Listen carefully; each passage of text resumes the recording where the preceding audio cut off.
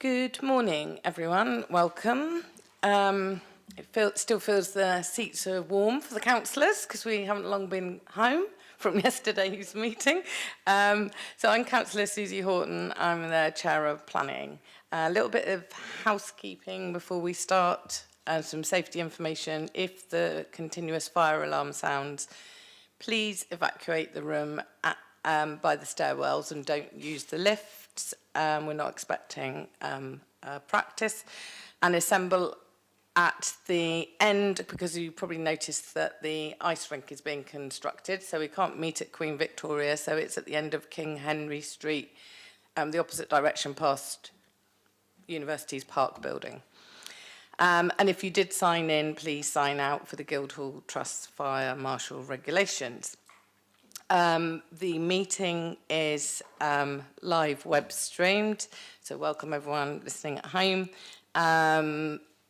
There's no one up in the galleries. Everyone speaking via a microphone will be on camera, except those on my right-hand side, the back rows there.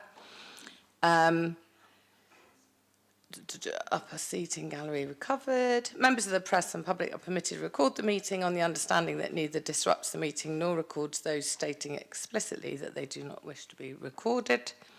And please, can everyone speaking use the microphones and remember to switch them off when they have finished. And for those people who are not used to these mics, you don't have to hold the button down, you just press it and it stays on. A little bit about voting. When voting, please can members keep their hands raised clearly until the number of votes have been stated. And then, if I remember, which I think I'm getting better at doing that, I will summarise the way that the votes have gone. Okay, now I am going to do introductions. So this is for anyone speak on the committee or speaking at the meeting, or council officers. So I'll start off with councillors today. So I'll start over here. Front row first, please. Councillor Chris Dyke, Portsgrove Ward. Good morning, Chair. I'm Councillor Chris Atwell. Councillor Mary Vallely for Cosham and Wimmering. Councillor Yanka Dinner, Charles Dickens Ward. Councillor Judith Smythe, St Jude Ward, and Vice Chair of this committee. Councillor Hugh Mason. Good morning, Chair. Councillor Matthew Cordy, Member for Hillsey. Councillor Raymond Dent, Cotton Ward. Okay, that's all of the councillors introduced. Welcome all of you, particularly to Councillor Derrent, who's just joined the committee. So now I will go to the one person making a deputation, if you'd like to introduce yourself. Good morning, my name is Nick Rowe, and I'm from Anahu Limited. Welcome, Nick. And now, finally, I will go to the council officers. If you could introduce yourself, please. Morning, Chair. Edward Chapman-Selton, Case Officer for the South Sea Sea Defence applications. Thank you. Good morning, Chair. David Hodges, Head of Development Management. Simon Turner, Planning Team Leader. Alison Harper, Local Democracy Officer. Juliette Gill, Principal Planning Solicitor. Laura Denham from Coastal Partners. Robin Ward, representing the South Sea Coastal Scheme. And thank you both for coming along. I know you're here just in case we have any technical issues. Okay, I think that's everyone introduced. Councillor Smythe, have you got another introduction? I'm sure you were about to do it. I just wanted to note that we had 3 new members and welcome them particularly to this. I think I was just coming on to that. I think I've already welcomed you, but welcome to everyone who's new or anyone who's deputising as well. Thank you. Okay, so done the voting, done the introductions. Apologies for absence. Do we have any apologies for absence? No, I haven't had any apologies from members either. So declarations of interest, anyone? With any of these items? No, that's good. So I'm going to go on to the minutes of the last meeting. For those, I've read through them. Councillor Smythe is normally the person who's gone through them in encyclopedic detail. Is everyone who is here, are you happy to record these as accurate? Yes? Thank you. I'll sign those at the end of the meeting. Okay, before we go on to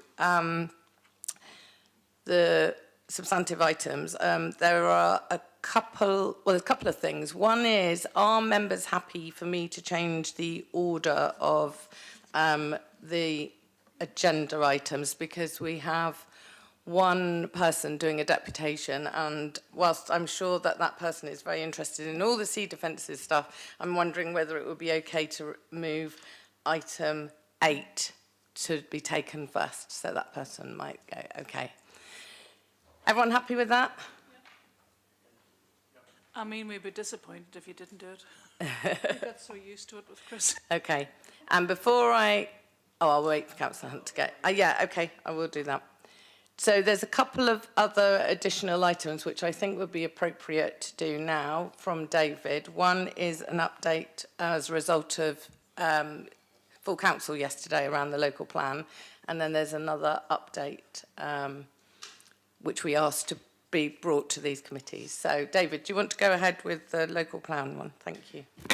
Yes, Chair. So we have set out in the SMAT that you should all have, and as you've already mentioned, yesterday it was full council, and at full council the council agreed to go forward with the local plan addendum for publicity and consultation starting later this month. So we set out in the SMAT what in effect that means for your decision making going forward. For now, your starting point is still the existing adopted local plans and existing adopted documents, but as we move through the process, the emerging local plan will gain greater weight as we go on, and more advice will be given, and particularly when we reach the stage of submission of the plan, which again we've noted is programme for spring next year, even greater weight will then attach to the policies. So you'll start to see those policies come to the fore in the reports and in our presentations much more as we go forward. But any questions on that, obviously we'll try and provide clarity, but just to acknowledge that there's a significant step forward in agreeing the addendum for consultation, and that we're still moving forward with adopting a new local plan to replace all our existing policies. Thank you, Chair. Thank you for the update. Have any members got any questions about that? Okay, thank you. Councillor Hunt, I know you've sneaked in. I'd just like to welcome you, if you'd like to introduce yourself. Yes, thank you very much indeed. So I'm Councillor Lee Hunt. Apologies for my late arrival, but care duties in the morning, as you know, soak up time. And yet I'm the councillor for Nelson Ward, which is Stamshaw, Tipner, North End and Buckland. Thank you, Chair. Okay, so we now have another update around... Well, I'll let David explain. Chair, can we just check if there's any declarations from Councillor Lee Hunt? Thank you for reminding me. No, thank you very much indeed for asking.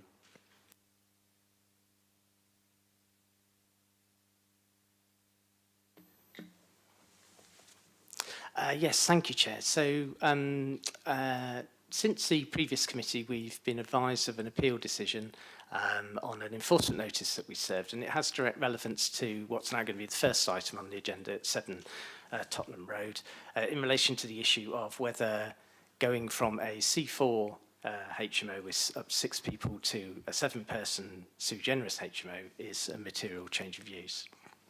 So the enforcement case in this instance, what we've had the decision on was at 13 Wincliffe Road, and again, what we served a notice against was an alleged change of use from a C4 HMO to what the inspector calls a small HMO to a larger HMO, without planning permission, and take it through the issues, but the upshot is that the appeal has been allowed and the enforcement notice has been quashed. So because this was a matter that goes back a few years and will predate a number of members' involvement on the planning committee, I'll just give you some background. So initially, back in 2018, there was a planning application for a change of use from C4 to a 7-bed HMO, and that was refused for 3 reasons, as you can see there. And principally, when that actually went to the planning inspector, and that appeal was dismissed actually on the mixed and balanced community issues back in June 2019. So that was before the issuing of our latest version of the HMO SPD.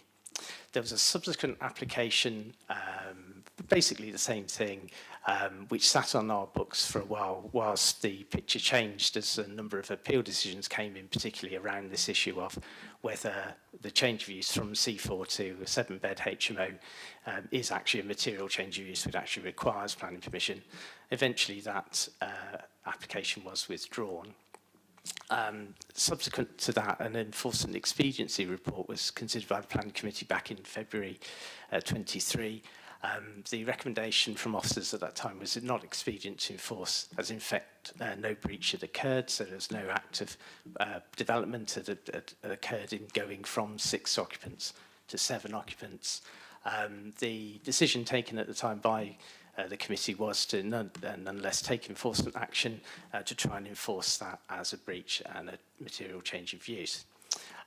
So the notice was served back in June of 23 and an appeal lodged in August, and we have waited over 2 years for a decision from the Planning Inspectorate.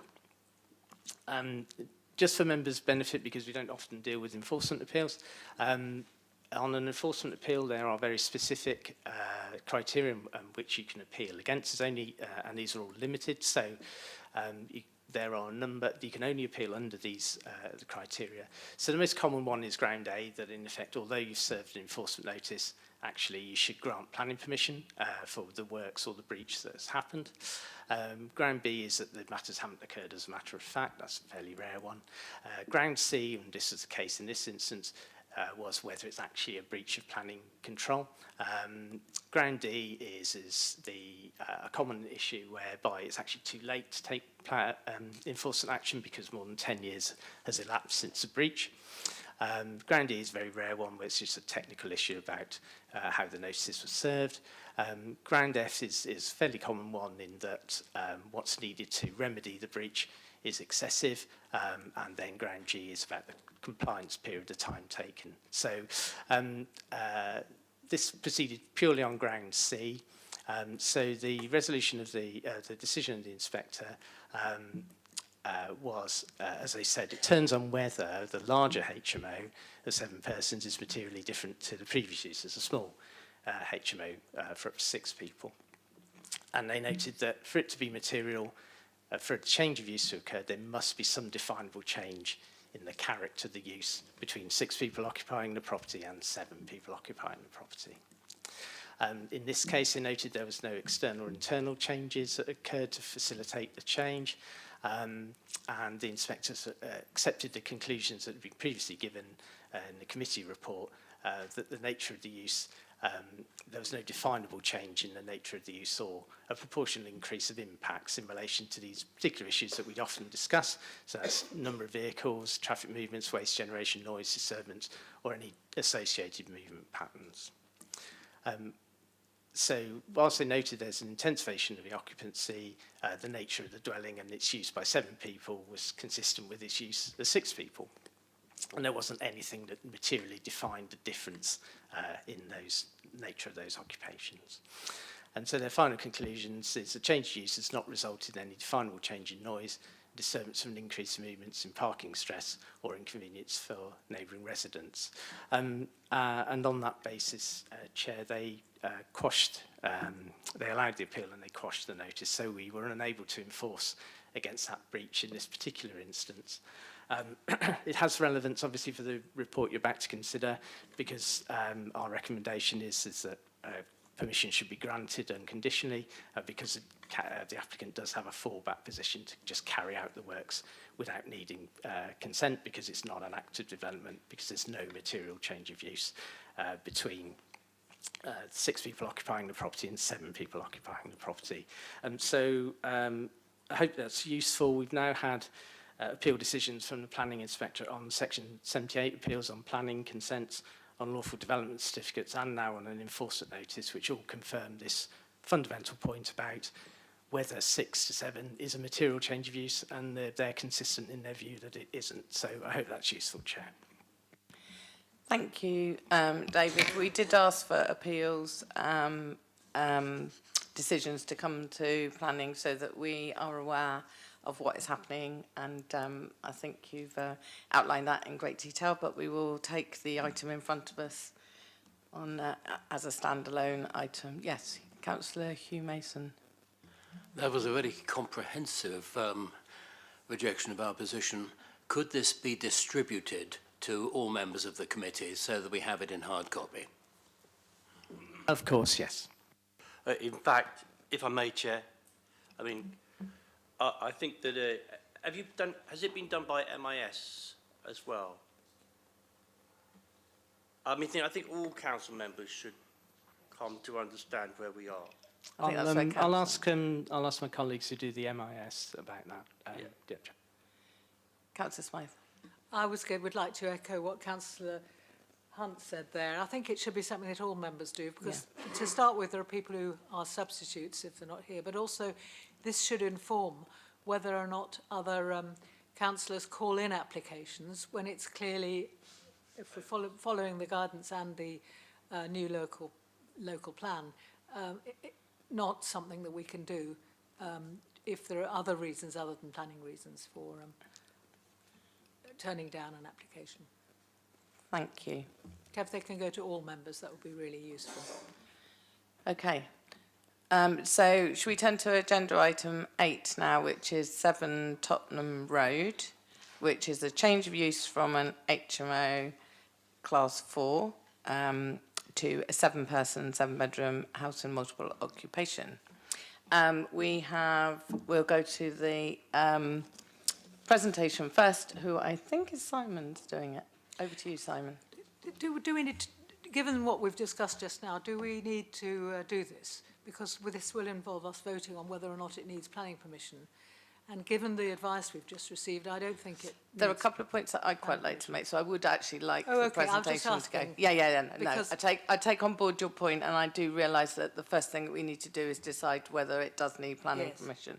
But I thought I'd do that after the presentation. I get what you're saying is Thank you. If we were unanimous in wanting to just grant it. But I think hearing the presentation would be really advantageous to anyone who wasn't at the pre-meeting to see what this particular case is, and also a chance to give the deputation. Okay, Simon, over to you. Thank you. Thank you. This is an application at 7 Tottenham Road to increase the occupancy of the current Class C4 HMO to 7 persons, 7 bedrooms, house and multiple occupation. The application has come to Planning Committee because of the number of objections, 6, and due to the long-standing blanket call-in from Councillor Vernon Jackson. Thank you. So the site is in Charles Dickens Ward. You can just, in the photograph on the right-hand side, you can see the graveyard for St Mary's Church. So it's opposite St Mary's Church, one street in on Tottenham Road there. There it is. It's a terraced house. Right, the premises has the benefit of a lawful development certificate achieved in 2023, which confirmed that it was already lawfully a Class C4 HMO, and so they are applying to increase the occupancy from that 3 to 6 persons in a Class C4 to a 7-person HMO. The property's already been extended and altered using permitted development rights, so they would simply be changing one room to another. We'll come to that in a moment. And just to touch on things that have been mentioned just earlier, the usual process for these applications is that all officers have recommended, as you can see in some detail in the report, that the increase of 1 or 2 persons does not constitute a material change of use that requires planning permission, but this committee decides whether or not they agree with that recommendation, and if they believe it needs planning permission, they go on to then consider the merits of the application. So moving on to the merits of the application, principally going back one, if we could just check on the mixed and balanced communities PCS 20 policy. This is already an HMO, so increasing the occupancy by 1 or 2 persons wouldn't change the fact that it's already an HMO. So the 10% threshold in the supplementary planning document isn't brought into play, but for completeness, we inform you that there are 9 HMOs out of 77 residential properties in the 50-metre radius, so that's 12.99%, but there would be no change if this application is approved because it's just an increase of occupancy, not a change of use into an HMO. Thank you. The existing floor plans are traditional Victorian terrace with the main body of the house and then the rear wing. So outlined in red is the one room that will be repurposed from an existing lounge into a further bedroom. It's been licensed for 7 persons since September. If we go to the next slide then, thank you. So bedroom 7 now is that the room that was a lounge that is proposed to be a bedroom. So on the ground floor, coming in from the front door, considering the amenities of the occupiers, standard of accommodation, bedrooms 6 and 7 would have, well, there's a shared bathroom in between them there, shower room I should say. Moving through the house under the stairs at WC and then into the kitchen, dining, communal room at the back. Up onto the first floor, we've got 3 bedrooms, again a shared shower room there, and on the top floor another shared, so large WC and a WC with shower on the top there. So all the, as set out in the report, all the bedrooms meet the standards set out in your guidance, and we're also, as officers, happy with the arrangement of rooms, the disposition, the configuration, outlook, and access to light. There was one matter in the SMAT that I'll deal with now in a minute about the window to bedroom 7, which is on the ground floor there, facing east, looking down the rear light well. That was shown in the elevations to have a full height glazed window, but you'll see in the photographs that hasn't changed yet and it isn't proposed for change. So we'll see that in a moment. Thank you. So on these are existing proposed elevations, yeah. So that window I've just mentioned is there, thank you. And we'll see that in the photograph in a minute. So bins on the front, bike store to be in the back. There's a section through the house that's already converted and extended. There we are. So on the left-hand side, that window with the white paint around it is the existing window, which was proposed for full height glazing, but it's been confirmed as proposed to retain as is. We'll see the inside of that in a minute. Thank you. So in briefing yesterday, members, we saw for members who attended, on the right-hand side, we saw that photograph, which is only the second half of the kitchen dining room. So on the left-hand side, we've got a better photograph than we saw yesterday, which shows the full living room, living shared kitchen room. So it's got a sort of living side here on the first bit of the room before you go into the back, which is the kitchen. So that's the standard of accommodation there with the back door and side windows as well as rear window. And then we're just moving through the property. There's bedroom 7, which was the ground floor window on the inside. The case officer, as you can see, has been into the property and he's happy with the light entering and outlook from all the windows, assisted, I think, by the use of white paint in all the rooms that makes it feel airier and lighter. And then the various other rooms, similar sorts of windows and outlook and light. There's a view on the bottom right looking down the garden with the first floor bedroom window. That might be it. Thank you. I don't think I've got anything else to say. Mr. Rowe here is the applicant who has a deputation to make. And Carrie-Anne Wells, the agent, is unwell today, unfortunately. Thank you, Simon, for that presentation. So we'll go to the applicant, and you have up to 6 minutes. Go ahead, thanks. Thank you very much. Good morning, everyone. So yeah, my name's Nick. I'm from Anahu Limited. We're specialists within HMOs, and between myself and my business partner, who unfortunately can't be here today, we have a number of HMOs in the Portsmouth area. We pride ourselves on what we do, and that's providing excellent high specification quality living for a range of tenants living and working in Portsmouth. 7 Tottenham Road was already a HMO with C4 planning, so up to 6 people. Whilst members might be aware that officers state a 1-person increase isn't a material change as discussed, I know some of the committee do not agree. I only have 6 people living in the property while I await planning for the 7th person, just because I wanted to do everything correctly. The house was in very poor condition when we bought it. We have taken this building back to brick. We've given it a full refurb, bringing the building back to life to a very high spec.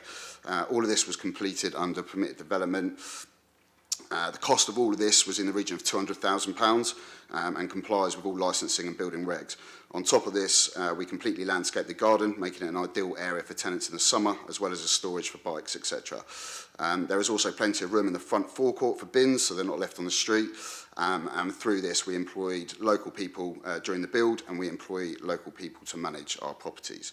The property plans exceed the standards required for a HMO of 7 people, with plenty of communal space with a large kitchen and lounge area, as well as all the rooms being over 10 square metres, with 3 large bathrooms and a further 2 separate toilets. I understand, as always, there are concerns over antisocial behaviour, but we've had no complaints with regards to any of our other properties, and if we did, we would act accordingly. We also stipulate within our tenancies that any additional people are not allowed to stay overnight to keep in accordance with licensing. Another issue is noise. We genuinely do care about our neighbours. It's not in anyone's interest to upset anyone, and we appreciate their concerns. We actually install brand new double glazing windows, which reduces the noise. But on top of this, with all our properties, at our own costs of genuinely thousands of pounds, it's not required by building regs, we actually installed a steel perimeter around the whole inside of the house after taking it back to brick with 50 to 60 mil of insulation. Not only does this prevent noise pollution, but it keeps the heat in. That, with automatic lights, also makes our properties as energy efficient as we can make them. Parking is another concern. Most of our tenants rely on public transport or cycle, and as such would not have any more vehicles than what the potential neighbours who are families would have, and are highly likely to have less. And yeah, hopefully with what I've said along with the planner's report, you will take all of this into consideration for approval, and I thank you all for your time. Thank you very much for coming along and for your deputation. Okay, so members, you've had the presentation and heard the deputation. The first thing that we need to decide is whether we want to make a decision that this needs planning permission, therefore we would be able to discuss, ask questions and comment, or whether we want to just approve the officer's recommendations, in which case we wouldn't need to do that. So the first question is, do the committee think that this needs planning permission? All those in favour? We do need to have some reasons given for why you consider it planning permission is required. So presumably it's the same reasons that sometimes come up around whether something is given HMO or the... So presumably it would be things like whether it impacts the mixed and balanced community, whether it's adequate accommodation, whether the habitats, all the reasons that have come up before in these similar types of applications. Councillor Smythe, do you want to say something? Yes, I wanted to know if I could propose that this doesn't need planning permission, and following the officer's recommendation, we don't need to spend more time discussing it. I'm doing that partly because of the evidence that was provided by Mr. Hodges about the history of appeals against decisions when we go against this, and the cost to the council, the cost to our credibility as a planning committee. And I'd like to propose that this does not need planning permission. Second. Okay, so that's proposed and seconded. Is there anybody who wants to propose that it does need planning permission and would give some reasons for that? That might make it easier. So So we have one proposal in front of us that this does not need planning permission and that we should just go straight to move officers' recommendations. All those in favour? 1, 2, 3. All those against? 3. 1, 2, 3, 4, 5, 6. No one, sorry. No one against. All those abstaining? 1, 2, 3, 4, 5, 6. So therefore, that moves officers' recommendations. So that's the end of that agenda item. Thank you. You can go. You're free to go.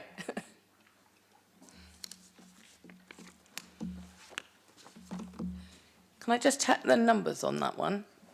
Was it 3, Juliet, was it 3 in favour or 4? I think, yeah, my numbers didn't add up. So that's 4 in favour or 3 in favour. Councillor Mason, how did you vote?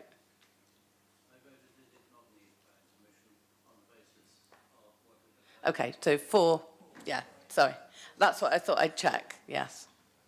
So 4 in favour and 6 abstentions. Okay, just wanted to clear that up. Okay, so what we'll do now is revert to the original order. So we'll go to item 4. So you will have obviously read the papers and know that 4, 5 and 6 are all to do with the sea defences, but they're coming in as 3 different applications. So I will go over to Edward to present. Chairman, thank you. Good morning, members. Yes, 3 separate applications that will need 3 separate votes on each, because the first one is a Section 73 variation of condition application, and then the second 2 are listed building consent applications. Sorry?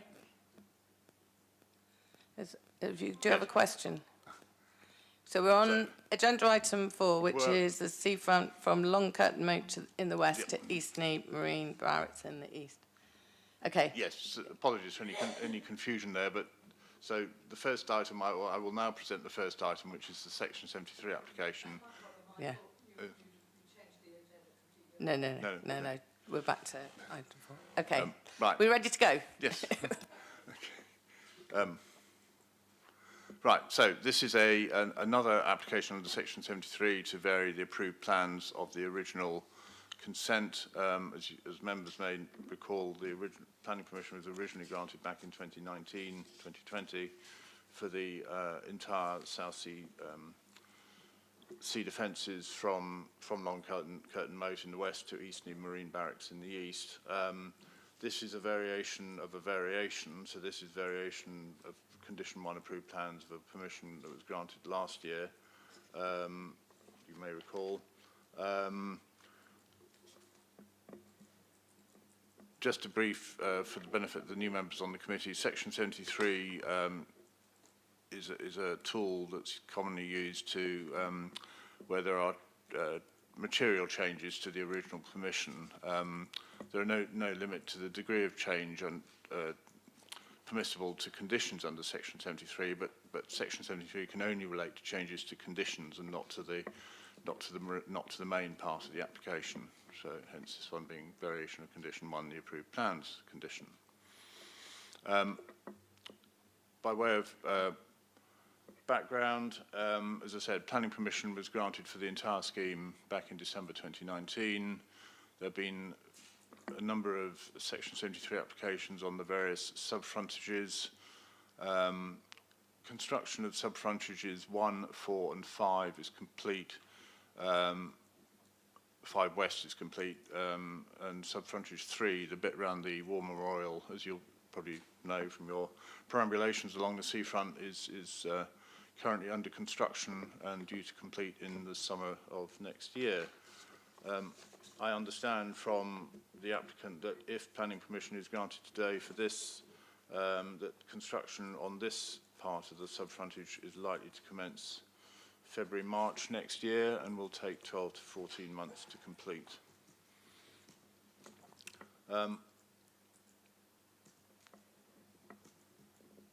Yeah, so this slide, as I say, shows some of the works that have been completed and the key milestones. So And then further background to the scheme, a slide I'm sure those of you who've been on the committee for a while will be familiar with. This is the scenario if the sea defences weren't to be improved. This shows the extent of coastal flooding if the sea defences were retained in their current pre-existing state. The purple area, which you may or may not be able to see, shows water depths of up to or just over 4 metres. Sort of emphasises the need for these improved defences. So, turning to the scheme in front of you today, the area we're looking at is that within the orange box on the slide. So, spanning South Parade Pier. And basically what are proposed are a series of minor changes. So it's now it's the provision of a managed beach, a raised promenade and a stepped revetment with a sheet pile tow as the primary defence. The secondary defence is a concrete wall at the back of the promenade. The promenade is being raised. Can you just speak? Can you turn your mic a little Sorry, to you? yes, It's just sorry. a little bit quiet. Thank you. The promenade itself is being raised to 5 metres above ordnance datum, other than by way of South Parade Pier, where the canopy at South Parade Pier, where levels will remain as existing. The existing stepped access and ramps to the pier will be maintained. You'll note from the report there was one objection concerned with loss of view of the beach from the road. However, as I hope is clear from the report, the beach and the promenade does have to be raised in order to achieve the necessary level of sea defence. So unfortunately, whilst views of the beach from the road may be reduced, views of the beach from the promenade will be obviously enhanced. And the managed and widened beach is in itself a very effective form of sea defence, as it helps dissipate wave energy to a far greater degree than simply a concrete wall, which just tends to send the waves back out, and then that has its own problems. These plans are, as submitted by the applicant, are extremely accurate, accurate and detailed. And these just give an idea of the extent of the works leading to the east of the pier. Just to run through some, in order to aid your understanding, there's some CGI images here which show you how the scheme would look once complete, showing the widened beach, the raised promenade, the planting, the secondary wall at the back of the promenade, and the mitigating planting to improve biodiversity, but also to soften the impact of the engineering on views across. Again, showing how the promenade ramps down to the canopy under South Parade Pier. And that's some images of the effect of the works around the pier itself. That is, and then that's the final view, looking back towards the west. So that concludes my presentation. The material planning considerations are set out in the officer report, and the recommendation is to grant planning permission. Thank you. Thank you. And thank you for a little bit of contextual information for those who are I think most councillors should be very familiar with the Sea Defences scheme as a whole, but it's useful to note that we're not making a decision on that. We're looking at amendments to a very, very detailed plan. Okay, members, are there any questions about this application? Or Councillor Mason, first, and I'll come to you. Section 3.4, the amendment for which formal approval is sought, as summarised, removal of the rock toe. What will be the effect of removing this rock toe?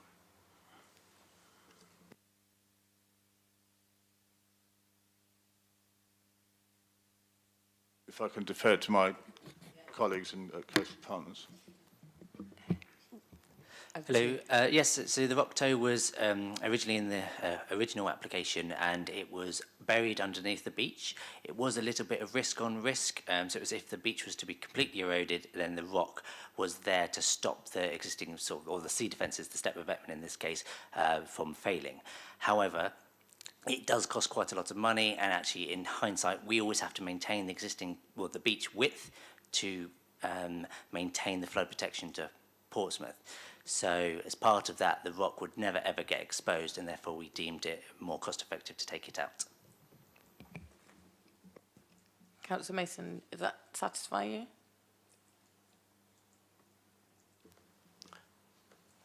Yes, I can see why they're doing it, but having removed the rock toe, will that have any deleterious effect on the defences which are inland of the beach? So the raising of the walls, the raising of the promenade, will there be any effect on that? No, because in the original application, the rock was buried under the beach, and the beach remains the same. So the beach is providing that flood protection, that absorbs the wave energy, so there's no real material impact to the landward design. Okay. Any other? Oh, Councillor Smythe, sorry. I know this is a challenging part of the sea defence to do, and I think it's quite good that it's been left to the end when you've gathered so much good experience and there's so much goodwill for the sea defences generally, to which, you know, credit to all the engineers and the building team. But I would like to see again the picture of what's actually going to happen to the pier and what's actually going to happen to, and I realise we'll be looking at this again when we come to listed building consent, but there was a picture put up of two very high walls, not a surprise, at the pinch point. And my question really is the road also going to be elevated? And could we have an explanation of that illustration you showed us of what looked like a sort of chicane almost between the end of the pier and I believe, the road. And is the road going to be elevated?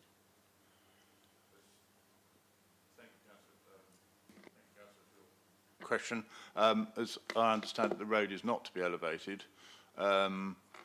Because the canopy of the pier and the pier itself is listed, there are no proposals to alter the canopy, so the sea defence, the promenade part of the sea defence has to be ramped down to the existing level under the canopy of the pier. However, and as shown in that visual on the left-hand side there, the wall, the sort of secondary defence wall at the back of the beach does obviously have to maintain its level, and therefore would appear to be a bit higher at the ramping down point, if you see what I mean, and at the ramping up point on the other side of the pier, than it is elsewhere along the promenade. Good, yes. There was another slide you showed. Could we just see that again, please? Which is the one... That one on the right. Yeah. So that is what we would see if we were walking along the promenade, which is elevated, to the east or the west. I think it's the walking to the east, and the road would be. So this is an elevation of the existing canopy of the listed. Yes. Yeah. Building, yeah. rather than anything else. Yes. Okay. Thank you. Okay. Any other questions? No. In which case, are there any comments? Councillor Mason. What is being proposed here as an amendment certainly improves the public realm with its soft landscaping, and I am now satisfied that the removal of the rock toe will have no material effect, and so I propose the officer's recommendation. Thank you, Councillor Mason. Does anyone else want to make a comment or to second that proposal? Oh, Councillor Hunt. Yeah, I'll second it. What I do want to say is I want to congratulate the committee and Ed and the officers and the South Sea Coastal Defence. I mean, it's doing such a grand job, you know, and it's a massive investment in Portsmouth, not least to protect all those homes, but also for the visitor economy, and people are absolutely loving what's going on down there. Some people say we want sand. Some people say we want sand instead of stones, but maybe a long time back there was a bit of sand here and there, but it's not feasible now, is it? You know, it would just get washed away. And some people say that the extension of the beach further into the water is also going to get washed away, but that's not what the engineers say. The engineers say this will add to the sea defences. I know it's not all about this particular application today, but it needs saying, because there are some naysayers out there, but overall this has gone down so well, citywide and in the region, and other places are looking at what we're doing here. So that's it. Well done to everybody, and well done to the planning committee for scrutinising all of this to make sure we get even better as we go along. Thank you, Councillor Hunt. And yes, I agree. I had a visitor this week and I was so proud to be able to walk along the seafront. She was really, really wowed by it. And she's a civil servant, so. So anyway, we have a proposal in front of us by Councillor Mason and seconded by Councillor Hunt to approve officers' recommendations on these amendments. All those in favour? So that's 1, 2, 3, 4, 5, 6, 7, 8, 9. Anyone against? No. Well, there's no one else in the room. So just to say that Councillor Valerie's had to step out at the moment, so that's why those numbers are different for anyone who's watching and tracking at home. Okay, that is item number 4. So we'll go straight on to item number 5, which is around some listed items along the seafront. So who is presenting that? Edward again? You're doing all 3? Okay, back to you. Right, so yes, so this is removal and repositioning of 7 Grade 2 listed lamp columns along the seafront. Well, it will be when I can get my act into gear. There we go. Right. They're all on the part of the sub-frontage that we've just been looking at under the Section 73 application.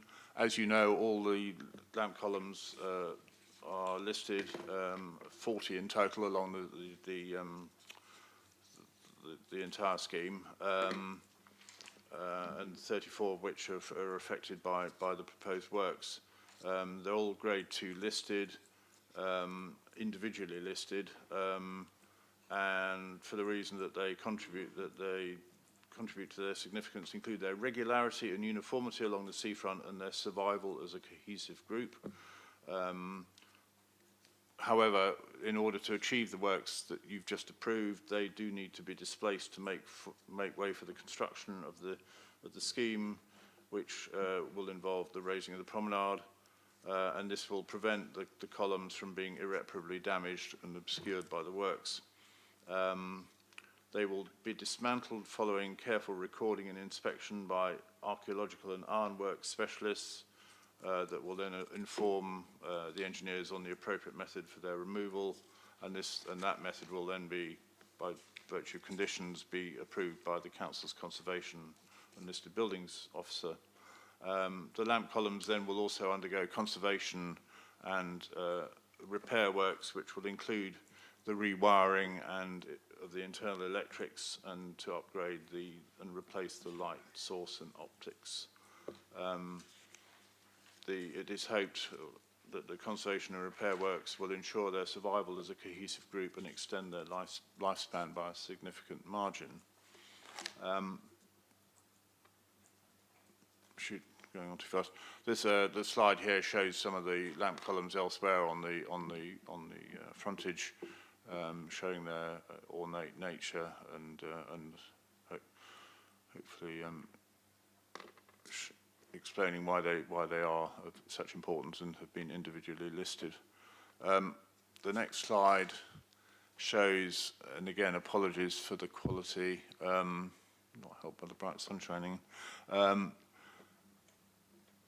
Basically shows that the existing locations are shown in red. If I try and get a pointer to work. So existing locations there, and there should be one or two up this end of and on the east side, down here, and further to the east over there. And then the green blobs, hopefully clear enough to see, are the proposed new locations. So they're not being put back exactly where they were, but they are being put back in positions that will enhance their attractiveness and obviously provide the primary purpose of providing light and illumination to the promenade for the safety of the users at night. Again, some visual CGI images to show the lamp columns. These have you largely seen in the previous presentation. The considerations are set out in the report, and the recommendation is to grant listed building consent. Thank you.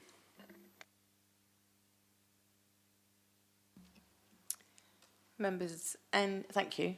Any questions on this? Councillor Smythe. Can we just keep looking at that slide that you had up, please, too, so that I can ask the question around that. Now, could have brought this up under the previous item, but I wanted to leave it till we were looking at the position of the new lampposts. I think the new positioning looks good, but I'm still worried about how dark it'll be going through the place where the canopy is being extended.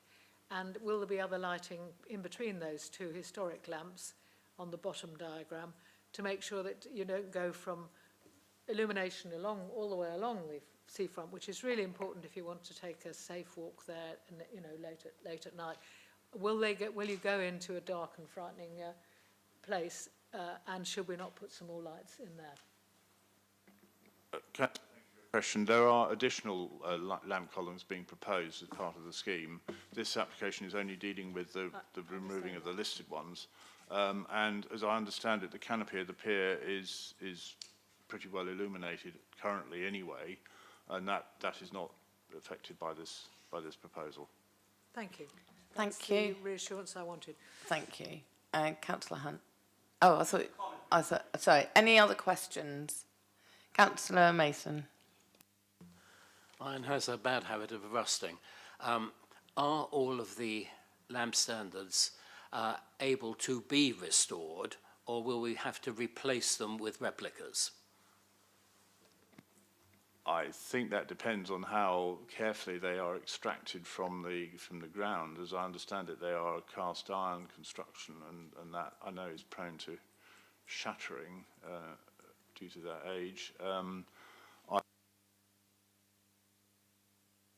On that from colleagues at Coastal Partners. Yes, our understanding at the moment is they will all be kept as they are and just maybe minor refurbishment rather than having to replace a whole one. So we do have experienced this now for Subbridge 5 West, where we did manage to refurbish all of them rather than have to replace one as a whole. But it is always a little bit dependent on how they come out of the ground. We don't quite know. Thank you for that answer. Good question.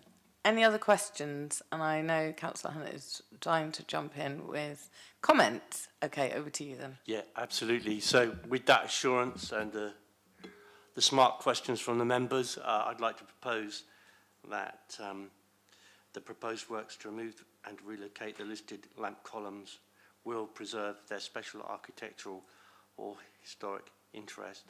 I'd like to say too, it's an opportunity, isn't it? We heard from Ed, who always brings sunshine into our meeting. We've heard from Ed that there's an opportunity, a once-in-a-century opportunity to upgrade and conserve these lamp columns, and so we should want to do that.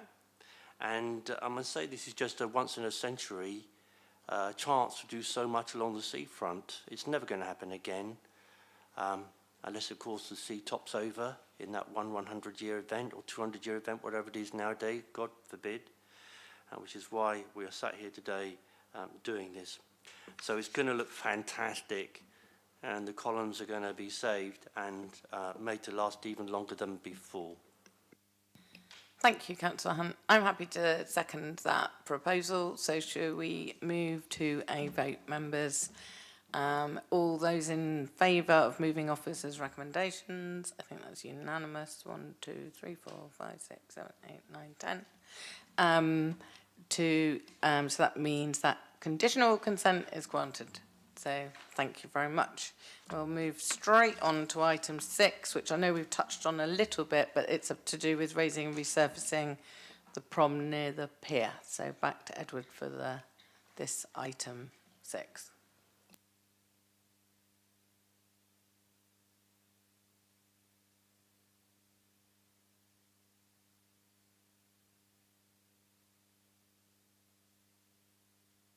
Thank you, Chairman.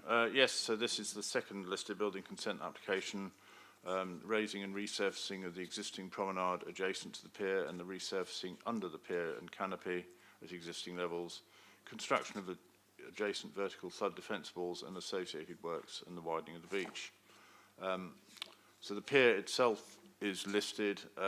These are works within the sort of curtilage of the pier, and therefore fall to require listed building consent. This slide shows the layout with the detail proposed. I'll just draw to your attention that there are, get my pointer going, so lanterns here and here are to be removed, refurbished and then reinstalled in the same location. The surfacing under the canopy of the pier is to be a resin-bound gravel. This shows the walls stepping down to so it's maintaining the height to the pier and the ramp coming down to the level of the canopy, and then the ramp raising up again on the other side of the pier. Existing steps to be retained. A new concrete wall encasing the existing is proposed along the back edge of the footway. There to be up and over steps at the top of the stepped revetment. And those are the principal works. In determining this, and this next slide shows, again, a slide you'll now be very familiar with, shows the works as they are proposed to look once complete. The comments by the Council's Conservation and Listed Buildings Officer are material to this application. They're set out in Section 8 of the report on page 49 and 50 of your agenda pack. So obviously the significance is quite high. South Parade Pier is Grade 2 listed and has seen some investment and improvement of its fabric in recent years. It's a Victorian pleasure pier, and it's considered to be a key feature and make a positive contribution to the character of the South Sea seafront. But the impact of these works are considered to have result in low harm. The landward retaining wall and railings adjacent to the pier are in a poor state of repair currently, and these will be replaced with new materials sympathetic to the fabric of the pier and the conservation area. the construction of a precast concrete revetment with sheet pile toe and capping beam is unlikely to have any material impact on the pier once complete. To the east and west of the pier, what are called baffle walls with seating areas on top will not require any alterations to the structure of the pier itself. The surface under the pier canopy is to be a new resin-bound surface at the existing level. The promenade will be raised approximately ½ a metre higher than it is currently, a change that will result in some reduced visibility towards the sea from the carriageway below the promenade, but not from the promenade itself. The addition of stepped and tiered planting, as you can see on the slide in front of you, would also alter the appearance of the setting, but would be relatively modest in height and add visual modulation and perhaps a degree of interest to the streetscape that isn't there currently. And the scheme would also see a build-up and widening of the height and depth of the beach beneath and adjacent to the pier. So on that basis, our conservation officer has not objected to the scheme, finding it to be of low harm, and balancing that obviously against the wider and critical role of the sea defence works in securing and defending not only the pier but a range of other assets that have been identified. And on that basis, it is recommended that listed building consent be granted. Thank you. Thank you very much for that. Are there any questions, members? Comments? It was almost like exactly the same time. I'll go to Councillor Smythe this time. I'm going to move that we accept the officer's recommendation and approve this. But before that, I'd just like to do a very brief eulogy for the zigzag paving that will, I think, not exist except at the very far end of the beach. I walked down here on Saturday. We had a lovely walk in lovely sunshine. It was the best place to be in the world, walking down. And I noticed that children have found other things of great interest to enjoy on a family walk down the beach, where the, do you know what I mean by the zigzag, the Grecian It's like a Greek zigzag? key. But there were a lot of children still enjoying that zigzag, and I'd like to pay credit to the people who put that zigzag up and gave so many generations of children the pleasure of walking twice as far as their parents or grandparents or friends walking down the beach. I think they deserve credit for their foresight in doing that. But change does happen, and I was delighted to see on the other end of the sea defence that we finished that children are finding plenty to make their walks of interest along the seafront. So I'd like to move approval of this application. Thank you. I think Councillor Hunt was in there. Yeah? Okay. Seconded by Councillor Valley. But Councillor Hunt wants to say something. So I think that's what the committee is saying, that the proposed works to raise and resurface. Can you put your microphone on, please? I think what the committee is saying, and I'm sure that the councillors will accept this, that the proposed works to raise and resurface the existing promenade adjacent to the pier and resurface under the pier and canopy at existing levels, construction of adjacent vertical flood defences and associated works and widening of the beach is acceptable in relation to heritage impacts. So, having said that, you know, over so long, we've been worried about the pier, haven't we? And this council has worked so hard over, 10, 15, 20 years to make sure that the future of the pier is secured. And it has happened. And in the meantime, to talk about the zigzags, which are great, of course, in 1950s design, really and truly, and I like the 1950s, but it will be remembered just in the same way that Eastney Swimming Pool will be remembered. As you say, Councillor Smythe, change happens, and it happens for every good reason. It's peculiar on the News's website, people saying, oh, they built a mosque. They built a mosque on the seafront, and I saw this on the News's website because these sort of artist impressions, people don't really get it. And one or two other people came on and said, well, you do know that that's been there for nearly 100 years now. Where have you been? Type thing. So this is the kind of thing that we and South Sea Coastal Defence have faced all the way along. But like I say, overwhelmingly, people have seen the virtue of what we're doing. And those children in the past, as you say, Councillor Smythe, are now new generations of children that come along. And they're enjoying the Great South Run, they're enjoying park runs, they're enjoying all the festivals, they're enjoying the Victorious Festival, they're enjoying the new layouts that go along, they're enjoying the new eateries that we put along there, they're enjoying all the new beach volleyball that we put there, all the tennis provision that we put there, and that evolved from previously the green bowls, of course. So all these new features have gone in along the seafront, have actually created quite a problem for us. Because millions more people are coming here every single year and they're adding to the economic prosperity of our city. And this is only going to do more and more and more of that. So well done to everybody. And yes, I do agree with you. Those lovely squiggles were lovely for a long time. But as you say, Councillor, that change does come. And along this seafront, it's been a change for the better. Thanks, Councillor Hunt. I think you went a little bit beyond the pier, but that's Did I really? Yes, I think you did, but I allowed you that indulgence. Just to, I do remember just on the zigzags, keys, whatever you want to call it. I do remember this coming up really significantly in the consultation. I'm looking to our coastal partners, people here. And I do remember at some point there was going to be something about a nod to them. So maybe not for this meeting, but if it would be good feedback for the committee if there was a kind of romantic, nostalgic nod to what was childhoods. I mean, when people think about South Sea Seafront, they do think about that when they were younger.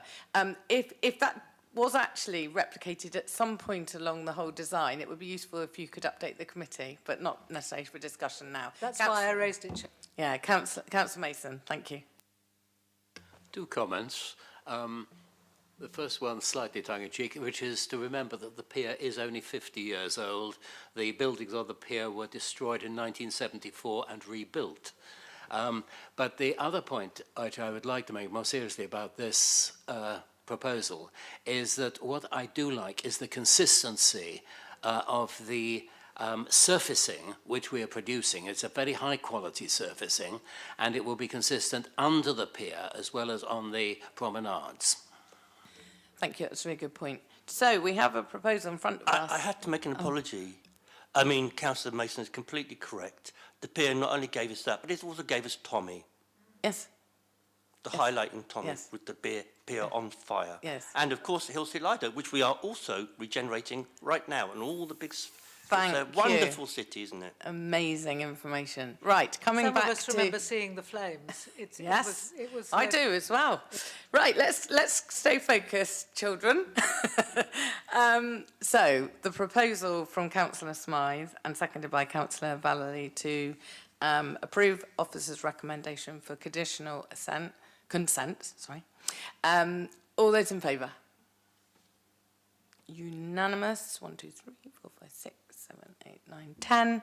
Unanimous. Again, so conditional consent is granted. Thank you very much for those presentations. So now, members, we go on to our last item today, which is agenda item 7, which is 57 New Road East, and it's a change of use from a dwelling house C3 to a 7-bedroom HMO sui generis. And is it Simon who's presenting? Yes, Simon's presenting this. So over to you. Thank you very much for officers for your time, and hope you pick up on our enthusiasm, and please pass that on to your colleagues. Thank you. Okay, Simon. Thank you, Chairman. This is an application at 57 New Road East in Fratton Ward. The change of use from a dwelling house, Class C3, to a 7-bedroom, 7-person house and multiple occupation. The application has come to Planning Committee because of 12 objections and a petition of objection. We are on New Road East, which is just one street north of Kingston Cemetery. So it's parallel to New Street, running east to west, just to the south of it. It's a terraced house. There we are. So applying to change that from a dwelling house into an HMO. With respect to the mixed and balanced communities, PCS 20, and the 10% threshold we operate, there's one confirmed HMO indicated in the bottom right there by the cursor at 281 New Road, out of 75 properties. So if this application were approved, that would take us to 2 out of 75, a percentage of 2.67, so well below the 10% set out as an indication of a mixed and balanced community. I think while we're on this slide, I'll jump across to the supplementary matters. We received an extra objection a day or two ago. One of the objection points raised was listing further HMOs they believe in the area. They listed 6. 4 of those are outside the 50-metre radius. One of them is number 281 that's already been counted. And the last one was 267 New Road, which is in the 50-metre radius. We don't have any evidence, council tax evidence or planning history that it is in use as an HMO. So even if it were, the percentage would still be well below the 10%. So thank you for that from the objector there. Moving on to the adequacy of accommodation, so a standard Victorian house with the main body of the house and then the rear wing.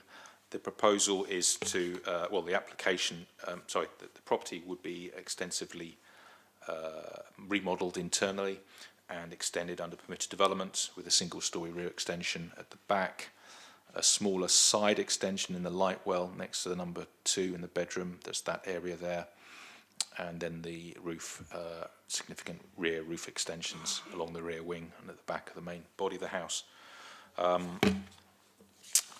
All the rooms, let's go through, shall we? So into the front of the property, on the ground floor, you've got bedrooms 1 and 2 with their own individual en suites. And then moving through round the stairs and into the back of the house, you've got the shared kitchen, living room. Then upstairs, we have 3 bedrooms, bedrooms 3, 4 and 5. There's a WC there.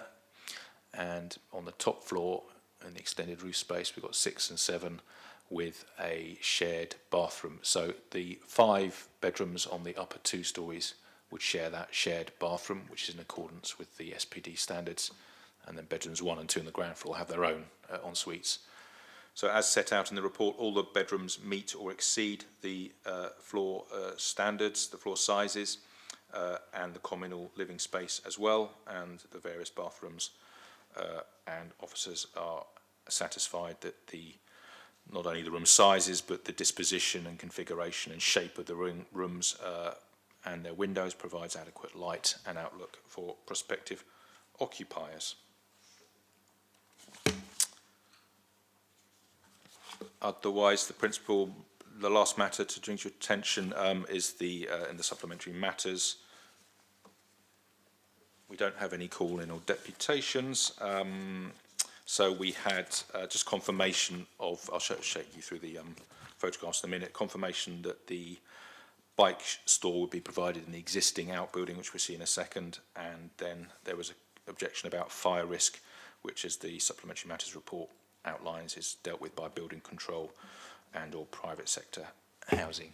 So the elevations, you can make out on the top right the rear extension, single story, the side extension there, thank you David, and then the upper rear roof extensions to provide the extra accommodation. Thank you. There's a section through for completeness. There's the bike store at the rear with the existing outbuilding. You'll see the photograph in a moment. Bins would be on the front as per existing properties.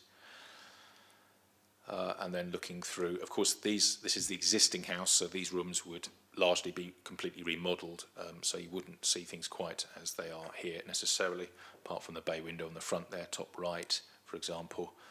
Then you can see bottom left out from the light well, looking down into the backyard.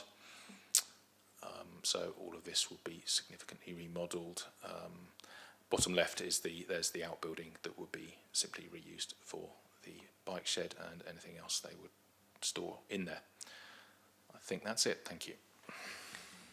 Thank you. So we'll start, there's no deputation, so we'll start with questions. Actually, I'm going to jump in with a question straight away from me. To do with bedroom 2 and the extension into the light well, which I understand is under permitted development. 2 questions around light, really. One is, in extending that room, you're obviously making it bigger, and therefore the window, as it were, will be into a bigger room rather than a smaller, whilst the same size for this actual application. But also the impact that might have on the neighbour's house in terms of, presumably they're not having an extension to match that one. So it seems to me that there would be an extension that may block out the light into the bottom room of the neighbour.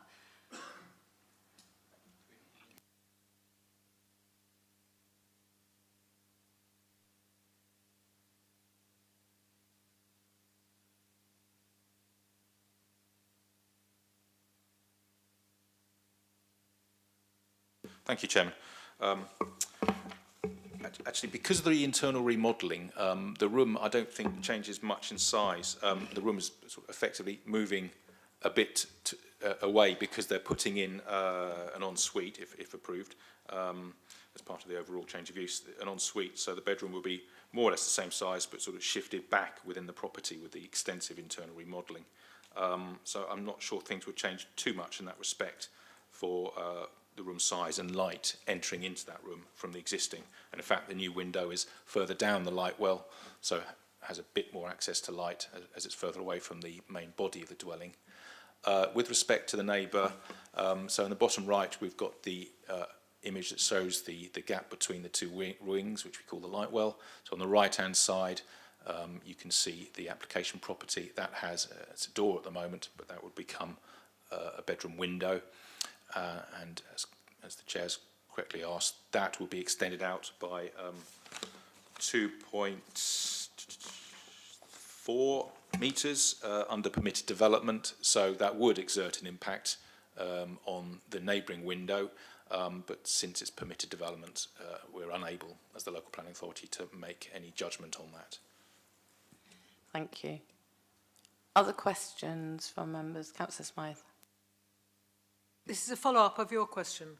That little extension that's being put in by permitted development that we've just been discussing, is that going to have any windows in it or any light coming in through that? Yes, it would have a new window, standard size window. We can probably see it on the elevation.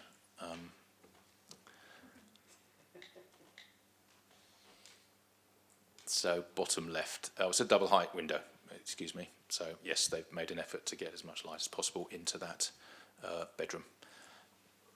Thank you. Any other questions?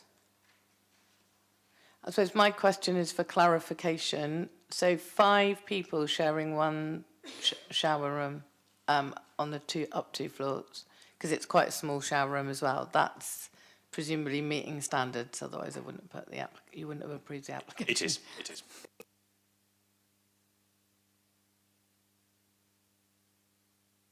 Any other questions, anyone? Any comments?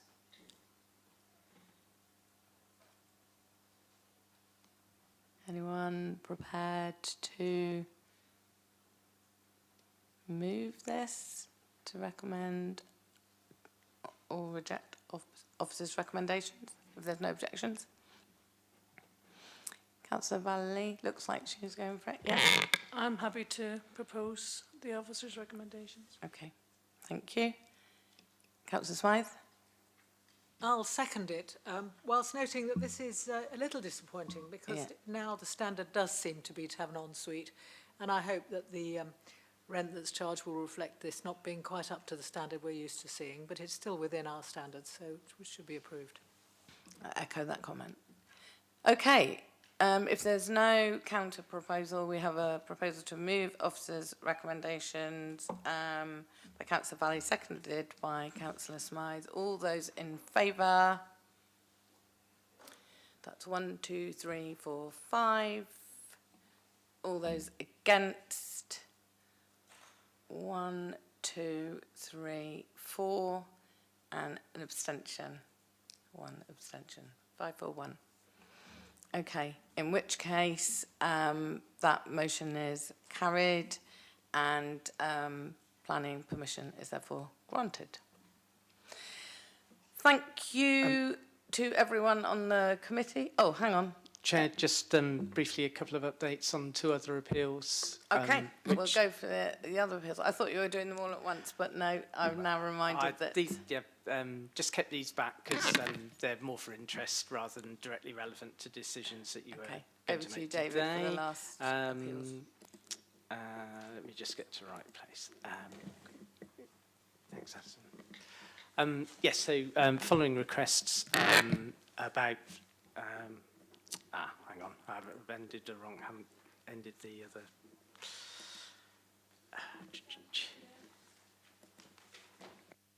He's just finding, he's mumbling while he's filling in time whilst he's finding the correct file, I think.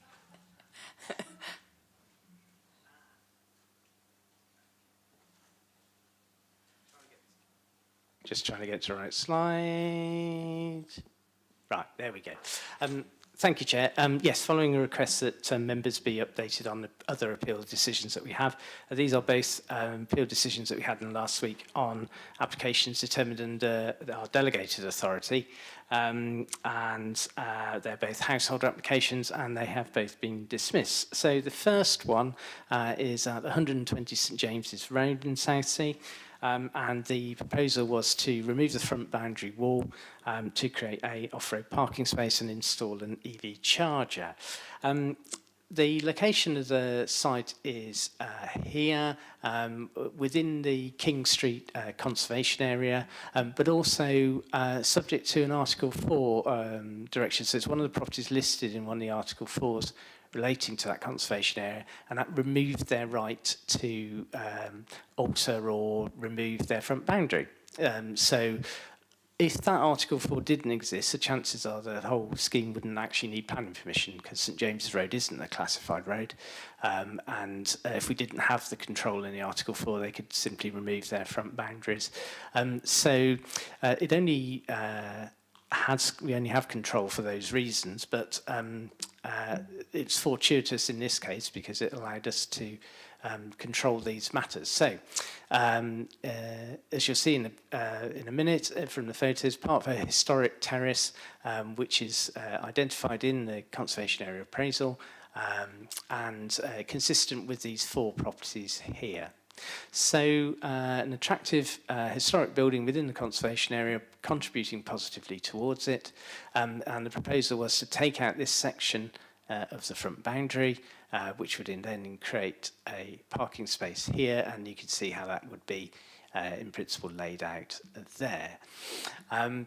This is the views up and down the street. So the property is this one here. And then you can see this was where it was proposed to remove the front boundary to try and create a parking spot. One of the things you can't quite tell on this view, but hopefully you can see on here, is the terrace, part of the terrace to the north is much further forward. And they only have small courtyards, but these have these properties from 120 to 126 have deeper courtyards.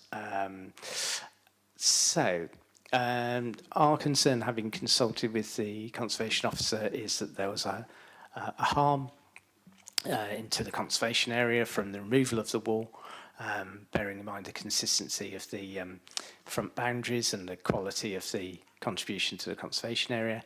But also we had an objection to from the Highways Authority about the prospect of someone using that space, in particular if they were reversing out, and their ability to actually see up and down the road, not least because of all the vegetation in front of the neighbouring property. So there were 2 reasons for refusal. The inspector, in relation to the conservation area issue, so identified that those 4 properties at 120 to 126 contribute positively. Removing the boundary would disrupt that consistent pattern. You've got a front boundaries in there, and that would harm the contribution of buildings made to the conservation area, failed the statutory test to preserve its character and appearance. There was, as always, when there's a conservation heritage issue, you have to balance that against the public benefits of the proposal. So their conclusion was the public benefits were mainly private to the occupier in providing them with a car parking space. There was a minor public benefit from providing an EV charger, but that didn't outweigh the harm to the conservation area.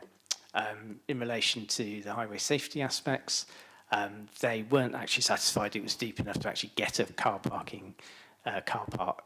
parked in the space, and therefore they weren't satisfied that actually once you had a vehicle in there, it wouldn't actually overhang the highway, overhang the pavement and obstruct it. So, but then would reduce safety for, obviously, for pedestrians trying to negotiate round a vehicle poking out over the pavement. And unsurprisingly, they concluded that the size of the appellant's own car was not relevant in relation to the appeal, and they were concerned about this prospect of reversing out of the space. So the appeal was dismissed for both those reasons. So that was satisfying from our point of view to be upheld on those two reasons. And then the second one we had is an application at 61 Kimbolton Road. So this is a series of alterations to the property. So you'll see in a sec a hip to gable roof extension, a rear dormer and a front dormer. And again, this appeal was dismissed. So Kimbolton Road there under Star, east of Milton Road. Layout of the property here. So the works, as you see, you'll see in a second at the moment, hip roof. So created a gable end on here, a rear dormer and front dormer. Having looked at it, both the hip to gable extension and the rear dormer were permitted development, so didn't need plan permission, so provided they were built in materials to match. So it's only on the front dormer that we were concerned. So left-hand side, you can see the existing elevations and then the proposed works. So building over this hip to gable, front dormer, rear dormer. That's how you can see it would look from the side. That's property in the street scene at the moment, and that's how it looks against its neighbours. So just a couple of views up and down the street. You can see generally a lack of front dormers. My voice is going to go in a minute. So a single reason for refusal, principally just around the front dormer. And its impact on the street scene. The inspector concluded with us on this, that basically the hip to gable and rear dormer were PD. Generally, there wasn't a proliferation of front dormers, and the front dormer was out of character and bulky and top heavy, and dismissed the appeal. I think we'll cut you off there. You just about got your comments in. Okay, Councillor Hunt. So look, I have some. We need to look at this business about front dormers. You can go around the city, and if you look, there are hundreds. Yeah. There are ever so many. All along your road, Councillor Horton, there are front dormers on every other house. And it's the fairness or not of this that gets me. You can go to some streets and they've got quite a lot. You get some all over the city. You know, you can go up to Cosham, you can go to Hilsea, and you'll see examples of front dormers all over the place. Yet some poor sap puts in a planning application and his or her application gets turned down. And I've seen some that are far worse than that. You know, and some go right across the width of the front. You've got one in Brompton Road that goes right across the width of the building. I'm so sorry, officer, I know you mean well. But it just seems unfair that one person can get a front dormer in one street, in one part of the city, and somewhere up the road cannot. You know, just not. And I get the crucial bit, which is about it being overbearing, bulky, and whatnot. But some of these dormers take up the whole of the front elevation of the roof, and many of them take up 2/3 or even more. So there's a lack of consistency, which isn't fair on the residents of Portsmouth. So I think this is something that perhaps Councillor Mason can have a look at. But the fairness, and I mean it, it is grossly unfair, you know, that you can have, you know, if by luck you get one in your house and some other poor person doesn't. So, and they've everybody got growing families, nobody can move anywhere because of the cost of housing, and we're putting HMOs in everywhere, but you can't have a front dormer that they've got up the road. It just seems so wrong. We've just gone completely and utterly wrong. Thank you for that comment. We did ask for appeals to come here with some explanation, and I can see that there's going to be some discussion and dialogue as a result of that. But thank you for bringing the appeals to us, because I think it is really important for the planning committee to actually hear how they go. Okay, thank you. Thank you, everyone, for your time today. It's only midday, and I just ask, when people go out, go up and have a look. When you go down the Thank streets, have a look upwards and see what you see, and you'll notice it. Thank you, Councillor Hunt. Thank you, everyone.